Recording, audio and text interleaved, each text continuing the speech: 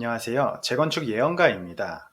현재 1기 신도시 지역들에서 대부분의 구축 아파트 소유주분들께서는 1기 신도시 특별법 선도지구에 선정되기 위해서 굉장히 열심히 준비하고 계시는데요. 오늘은 현재 사람들이 가장 많이 오해하고 있는 내용을 하나 바로잡아 드리겠습니다. 들어가기에 앞서 가장 최근 바로잡아 드렸던 오해는 선도지구 선정 기준이었는데요. 전에 선도지구로 지정이 되려면 많은 분들께서 말씀하셨죠. 역세권이어야 한다. 노후도가 좋아야 한다. PC공법으로 지어져야 한다. 세대수가 많아야 한다. 엄청 많았는데요. 제가 말씀드렸습니다. 동의율만 보시면 된다. 라고 말씀을 드렸고요. 지금은 이런 얘기 하시는 분들 많이 없으시죠? 다들 동의율이 가장 중요한 거 이제 다 알고 계십니다. 이거 제가 당연히 이렇게 될 수밖에 없다고 말씀드렸는데요. 이 일기 신도시 재건축의 큰 그림을 그려서 생각해 보면 당연한 건데요.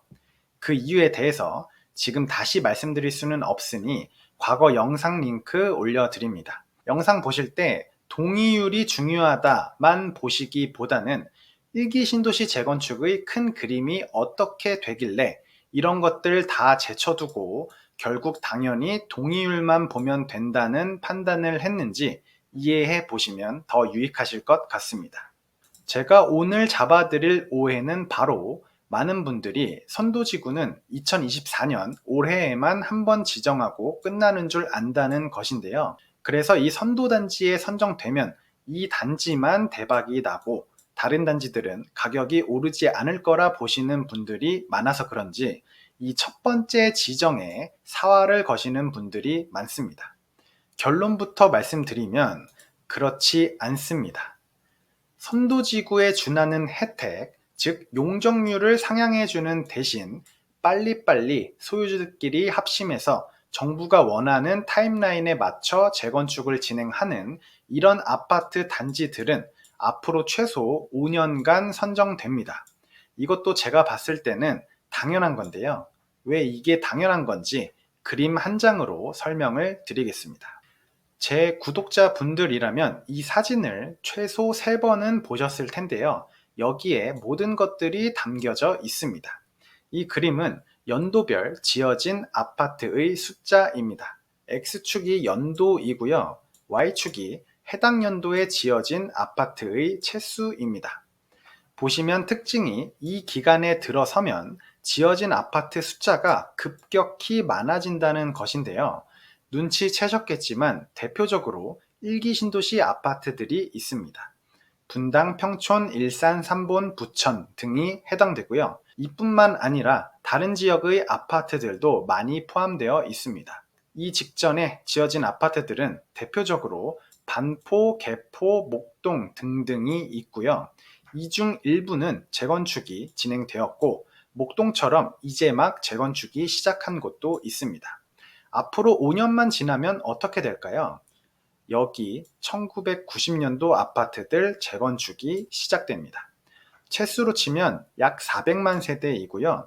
1년에 30만 호씩 12년, 13년간 총 400만 세대입니다. 이 재건축 전체의 기간을 시간순으로 보면 결국에 아파트들이 다 지어지고 재건축 종전 세대수보다 재건축 종후 세대수들이 많이 들어오면 결국에 아파트 가격은 안정화될 텐데요.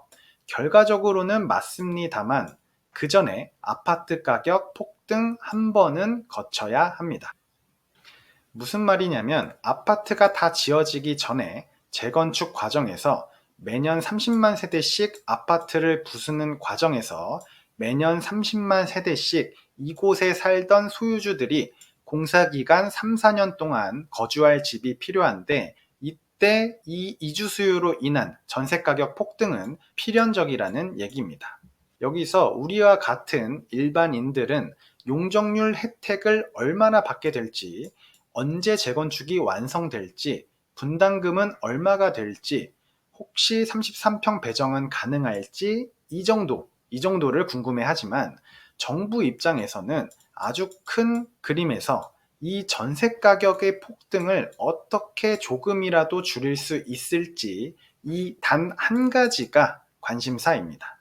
지금 성남시 인구수가 현재 91만 명인데요. 1년에만 30만 세대, 즉 성남시 인구를 수용할 만큼의 아파트 채수가 매년 이 초반 기간에 철거가 됩니다. 전세가, 매매가 폭등이 엄청나겠죠. 정부 입장에서는 이 1기 신도시 재건축을 어떻게 진행시켜야 이 전세가, 매매가 폭등을 그나마 완화시킬 수 있을까요?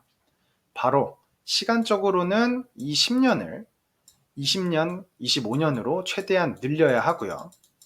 그리고 공간적으로는 예를 들어 수도권에서 이 재건축을 최대한 흩뿌려서 동시다발적으로 순차적으로 진행을 시켜야 합니다. 그래서 2024년 현재 기사화가 되는 지역은 분당, 평촌, 일산 정도 지역에서 시작할 테지만 결국 수도권 지역 전체에서 1990년도에 지어진 아파트들이 모여있는 곳들은 결국 모두가 대상지가 된다고 설명을 드려왔던 겁니다. 올해에는 분당, 평촌, 일산, 더 나아가서 삼본, 부천 정도가 기사화가 될 텐데 앞으로는 여러 지역에서 이 1기 신도시 특별법과 관련된 기사가 계속 나올 겁니다. 큰 그림을 이렇게 볼 줄 알면 여러 가지에 대한 내용을 미리 알 수가 있습니다. 예를 들어 앞에서 설명드린 것처럼 재건축 선도단지에 누가 선정될지도 미리 예측을 할 수가 있고요. 그리고 선도단지, 즉 용적률 혜택을 받게 될 단지가 올해 한두 단지 지정되고 끝이 날지 혹은 앞으로 계속 지정이 되는 건지도 알 수가 있습니다. 예를 들어 분당을 보겠습니다. 시간적으로 최대한 늘린다는 얘기는 각 아파트 단지마다 재건축 순번을 부여해서 20년 동안 재건축이 진행되게 해야 하는데요. 초반부에 아파트를 부수지만 이 초기 단지의 이주 수요를 받을 단지는 제한적입니다. 물론 이주 전용 단지를 만든다고는 하는데 절대 숫자는 턱없이 부족하고요.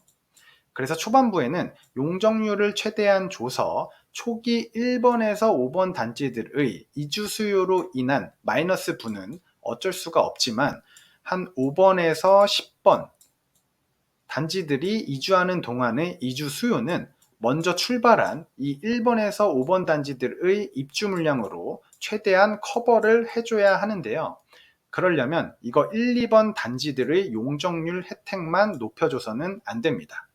해당 지역에서 최소 20%의 초기 단지들에는 용적률 혜택을 줘서 앞쪽 전반부 이 40에서 50%까지의 아파트 단지들이 이주할 때 이때만큼은 전세가 폭등을 막아줘야 합니다.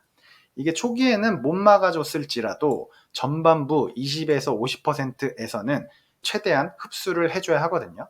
즉 아파트 단지가 예를 들어서 40단지라면 정부가 10단지 정도에는 용적률 혜택을 주면서까지 전세가 폭등을 최대한 흡수하고 대신에 이 순번을 초기에 부여받은 아파트 단지들은 이 순번에 해당하는 타임라인에 맞춰서 재건축이 문제없이 퍼즐처럼 딱딱 들어맞도록 보장이 되도록 정부가 1기 신도시 특별법을 발의해야 합니다. 참고로 정부 입장에서 이 선도단지를 매년 지정하겠다고 지금 시점에 말해줄 필요는 없습니다.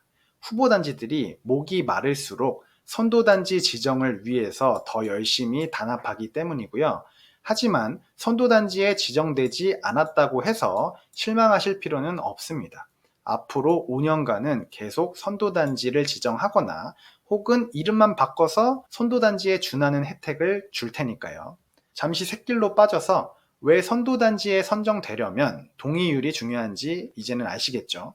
용적률 혜택까지 줘서 이 큰 타임라인을 계획하는데 갑자기 선도단지 혹은 2번, 3번 단지에서 내부 분열이 발생해서 갑자기 우리 안 할래요 라고 하는 순간 이 퍼즐이 무너지는 거거든요.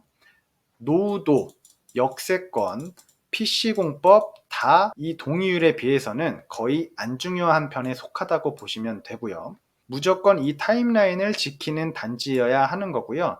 이거는 동의율만을 통해서 알 수가 있습니다. 다만 이거는 있습니다. 아까 수도권에서 공간적으로 최대한 흩뿌려야 한다고 말씀을 드렸죠. 전세가 폭등을 최대한 줄이기 위해서 이 수도권에서도 흩뿌리지만 이 한 지역 안에서도 마찬가지로 최대한 흩뿌려줘야 합니다. 예를 들어 같은 분당 내에서도 선도단지, 즉 1번 단지가 이 위치에서 지정이 된다면 2번 단지는 이 1번 단지에서 최대한 먼 곳이 선정될 확률이 높고요. 이렇게 1번에서 최대한 멀리, 2번이 이 중에서 선정이 될 확률이 높고요. 대신 4번, 5번, 그러니까 1번에 비해서 3년차, 4년차 이후에 선정되는 단지는 이 1번 근처에서 선정될 확률이 높습니다. 이 4번, 5번, 6번 단지는 이 주변에서 선정될 확률이 높습니다. 왜냐하면 이렇게 이 1번 단지가 입주를 할 시점에 이주를 해야 하는 5번, 6번 단지가 서로 이 이주를 흡수해 줌으로써 전세가 폭등을 완화시켜 줄 수 있기 때문입니다. 물론 동의율이 높다는 가정하에서입니다. 이렇게 큰 그림을 이해하면 이 20년짜리 재건축이 어떻게 흘러갈지가 보이는 겁니다. 이 내용을 바탕으로 얼마 전 받았던 질문에 대해 설명을 드리면, 평촌 비산동 관악타운 아파트 재건축 사업성 리뷰 영상에 달린 댓글입니다. 이 아파트가 현재 자력으로 재건축 사업성을 평가해보면 재건축은 가능하지만 사업성이 타이트하게 1:1 재건축에 가깝다는 내용인데요. 이렇게 사업성이 안 좋으면 선도단지로 선정되기는 힘들 테니 우리 단지는 용적률 혜택을 못 받겠네요? 라는 질문이었습니다. 자, 재건축의 큰 그림에 대해서 이해한 상태에서 이제 설명을 해볼까요? 첫째, 1990년도에 지어진 아파트들 400만 호의 구조적인 재건축은 진행해야 하는 일이고요. 둘째, 정부 입장에서는 이 시기의 전세가 매매가 폭등을 막기 위해서 시간적으로는 최대한 늘려서 순차적으로, 그리고 공간적으로는 최대한 흩뿌려서 진행해야 합니다. 지역별로 골고루 진행을 해야 하고요. 그리고 셋째, 해당 지역의 재건축 순서 초기 20%에 해당하는 아파트 단지들은 전반부 40에서 50%의 이주 수요를 흡수해 주기 위해 용적률 혜택을 받아서 진행해야 전세가 매매가 폭등을 그나마 줄일 수 있다. 그리고 넷째, 이렇게 용적률 혜택을 받게 될 초기 선정 단지들은 대신에 단합이 잘 돼서 정부의 타임라인에 맞춰 재건축을 잘 진행해줘야 한다. 그리고 지역 내에서 재건축 사업성이 1등일 필요는 없으나 재건축 사업성이 최소 중간 이상은 되어야 한다. 라는 얘기를 지금까지 했는데요. 그렇다면 이 관악타운 아파트는 평촌에서 사업성이 중간 이상만 되면서 소유주들 간의 단합이 잘 되어 동의율이 압도적으로 높다면 이 초기 용적률 혜택 단지에 속할 확률이 높아지는 겁니다. 그런데 다행히도 평촌에서는 재건축 사업성이 좋은 아파트 단지가 소수에 불과합니다. 그리고 관악타운 아파트의 사업성은 다행히도 중간 이상은 됩니다. 그래서 용적률 혜택을 받을 단지인지 아닌지는 아파트 단지의 재량에 달려있다고 볼 수 있겠습니다. 이 앞에 있는 그림 한 장으로 모든 게 설명이 되죠. 그럼 투자 관점에서도 한번 볼까요? 바로 지난주에 상담드렸던 내용입니다. 상담자분께서는 시범단지 소형 아파트를 사고 싶어하는 상황이었습니다. 시범단지는 최근 선도단지 준비 기대감에 가격이 어느 정도 올랐는데요. 이 기대감이 가격에 어느 정도 선반영되어 있는지를 보여드리고 수익이 더 확보된 곳을 추천드렸습니다. 가격에 얼만큼 선반영되어 있는지는 어떻게 알 수 있을까요? 바로 재건축 사업성 평가를 할 줄 알면 얼마나 선반영되어 있는지 알 수 있습니다. 현재 부동산 최저가격 매물 기준 분담금을 예측해서 계산해 드리니 시범단지 구축 아파트를 매수하면 신축 25평을 12억 5천만 원꼴로 매수하는 상황이었는데요. 동일 투자금이면 이보다 입지는 조금 떨어지는 곳이지만 아직 선도단지 준비에 대한 기사화가 안 된 이쪽 단지들, 즉 선반영이 아직 안 된 단지들인 이쪽 아파트들 중에서 가장 사업성이 좋은 아파트는 현재 매물 매수 가격과 예상 분담금을 더했을 때 25평 신축을 8억대로도 매수하실 수 있는 상황이었습니다. 즉 자력으로 재건축 진행했을 때 시범단지 쪽에서 구축 소형 평형 9억에서 10억대 매수 시 분담금은 3억대가 나오지만 이보다 입지가 조금 떨어지지만 사업성이 좋은 이쪽 아파트에서는 구축 아파트를 똑같이 9억에 매수하셨을 때 현재 분담금이 2억 원이 나오는 곳이 있고요. 사업성이 양호해서 분담금이 5천만 원 나오는 곳도 있으며 사업성이 훌륭해서 오히려 환급금 1억 원이 나오는 곳도 있습니다. 어딘지는 공개적으로 말씀드릴 순 없지만 시범현대 매수 시 신축 25평을 12억 5천만 원에 매수하는 꼴이고 입지가 조금 떨어지지만 각 아파트의 재건축 사업성에 따라 25평을 각각 11억 원대, 10억 원대, 그리고 8억대로 매수할 수 있게 되는데요. 이 11억 원짜리보다는 시범현대를 매수하시는 게 낫고요. 시범현대보다는 이 8억대를 매수하시는 게 낫습니다. 이게 블록 하나 차이여서 신축 아파트 기준 1, 2억 원 차이가 나는 것을 감안하더라도 2억 원 정도 안전마진이 이미 확보가 되어 있기 때문입니다. 그리고 1기 신도시 재건축의 큰 그림을 이해하면 올해 선정될 선도단지만 바짝 1, 2억 원 오르고 끝날 일이 아니고요. 20년 동안 재건축이 진행되고 초기 20% 단지들은 선도단지에 준하는 용적률 혜택을 받을 것이기 때문입니다. 결국 재건축 사업성이 좋아서 안전마진이 타 단지에 비해 2, 3억 원 이상 확보되어 있으며 통합재건축 모양도 나오는데 아직 기사화가 안 된 단지, 그래서 앞으로 5년 내에 선도단지에 준하는 혜택까지 받게 되면 대박이 나는 단지가 지금 제가 추천하는 매물입니다. 물론 선도단지 선정 가능성이 높은 단지가 가격 선반영이 안 되어 있었다면 베스트였겠지만 지금 이미 일부 선반영 되어 있습니다. 물론 재건축 진행하면서 가격은 다 같이 오를 건데요. 제 눈에는 이것보다 더 많이 오를 단지들이 몇몇 보입니다. 그래서 이 상담권에서는 이 매물로 추천을 드렸고 지금 상담 받으신 분은 현재 매수 진행 중이십니다. 이렇게 실제 매수 시 개인 컨설팅을 받고 싶으신 분 혹은 재건축 사업성 평가를 제대로 배우고 싶으신 분은 메일로 상담 요청 주시고요. 그렇기 때문에 공부만을 위한 분들에게는 권장드리지 않지만 대신에 매수까지 해서 실제로 수익을 얻고 싶으신 분들께는 수익적으로 아주 큰 도움이 될 겁니다. 오늘은 1기 신도시 재건축 선도단지는 올해 한 번만 지정하고 끝나는 것이 아니라는 설명과 함께 앞으로 20년 동안 1기 신도시 재건축이 어떻게 흘러갈지 그리고 투자에는 어떻게 활용할 수 있는지 설명을 드렸습니다. 도움이 되셨을 거라 믿고 저는 다음에도 좋은 영상으로 찾아뵙도록 하겠습니다.